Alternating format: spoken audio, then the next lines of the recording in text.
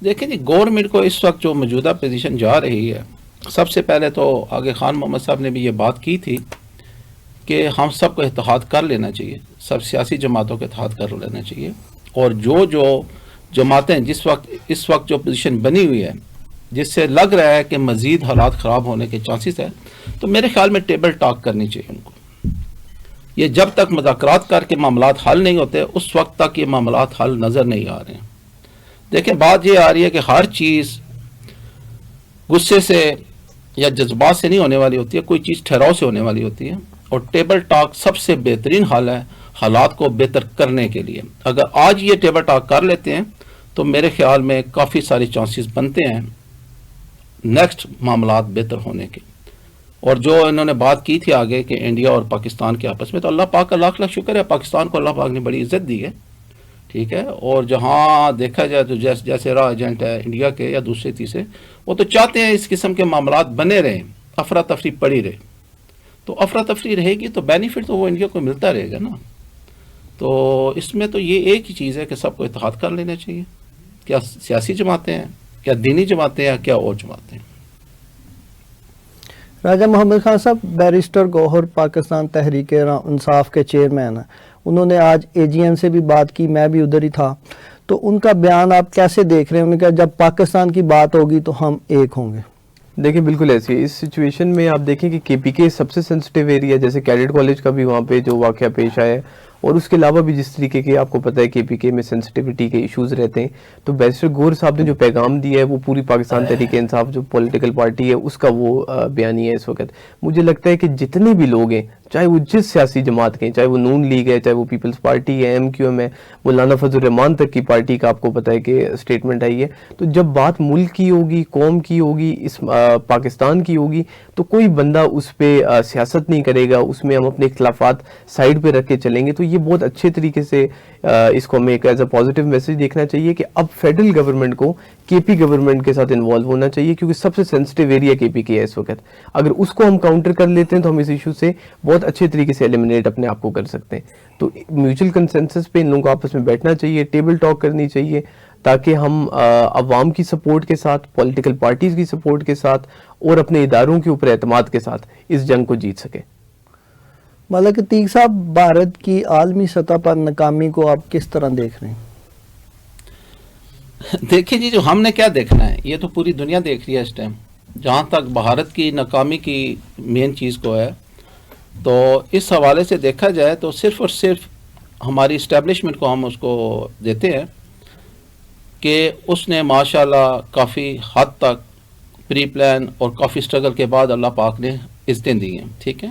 اگر ہماری فوج کمزور ہوتی تو پھر بھی ہمارے کافی نقصانات ہو جاتے۔ اس سے ظاہر یہی ہوتا ہے کہ ہماری فوج الحمدللہ پاکستان کے پوری دنیا کی سب سے اچھی اور مضبوط ترین فوج ہے، اور اسی وجہ سے اللہ پاک نے ہمیں عزت دی ہے۔ اور جہاں تک بھارت کی بات آتی ہے تو میرے خیال میں تو وہ اس حد تک ان کی پوزیشن بن چکی ہے کہ ان کو پتہ چل چکا ہے کہ پاکستان کی ایٹمی حوالے سے اور فوج کے حوالے سے اور دوسرے حوالے سے، ہر حوالے سے دیکھا جائے تو ماشاءاللہ کافی امپرومنٹ ہے۔ راجہ محمد خان صاحب، گورنمنٹ کو دہشت گردی کے معاملے میں دینی جماعتوں کو بھی اعتماد میں لینا چاہیے۔ بالکل ایسے ہی ہے، ہمیں اپنے دینی جماعتوں کو، باقی سیاسی جماعتوں کو، میں تو کہتا ہوں بالخصوص جو پاکستانی عوام ہے اس کو بھی، حالانکہ ان کا، ہمارا اس وقت اداروں کا کام ہے کہ وہ عوام کو ہمیں پروٹیکٹ کریں، مگر ان کو بھی آن بورڈ لینا چاہیے، ان کو اعتماد میں لینا چاہیے۔ جب سب لوگ ایک پیج پہ ہوں گے تب اس مسئلے کا ہم حل نکال سکتے ہیں۔